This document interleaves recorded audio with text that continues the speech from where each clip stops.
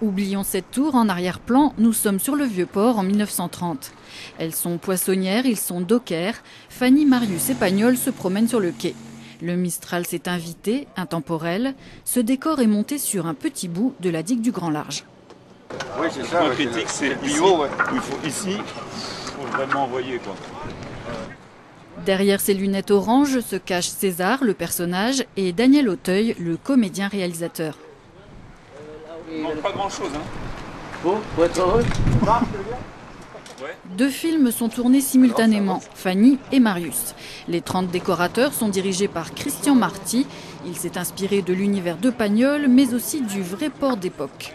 Ça tient au Mistral. On les a copiés sur des modèles existants, mais bon, la preuve, ça tient, quoi. Hein, ça a du sens.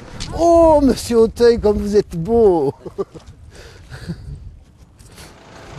Voici notre authentique ferryboat, tout apprêté pour faire l'acteur. En réalité, il a pris son service 20 ans après cette histoire, mais nous sommes au cinéma, pas dans un document historique.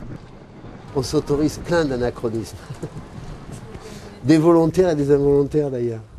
Moi, je ne vivais pas à ce moment-là, donc ça m'est difficile de reproduire des sens, des sensations qui pouvaient exister à ce moment-là. Donc ce n'est qu'une projection de sensations et donc on essaie de se raconter des histoires aussi. Le décor est évidemment peuplé de figurants. Ces 4 amis sont venus de Sanary avec leurs pointus. Pendant une semaine, ils habitent dans le décor, nuit et jour. On vit sur place. Le soir, on dort dans les bateaux. Hier soir, on s'est couché minuit et demi. Ce matin, levé 6 heures parce qu'il fallait être à 7h30 au tournage. Le soir, vous n'avez plus personne, il n'y a que nous.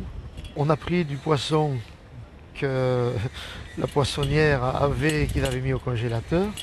On a mangé des loups, des dorades, des bonites. Et tous les gens du spectacle venaient avec nous. Et 3 soirs, on a mangé plus de 30 là. Cette équipe a d'abord tourné en studio à Brie-sur-Marne pendant 2 mois, dans un décor beaucoup plus petit qui représentait juste un bout de ce quai.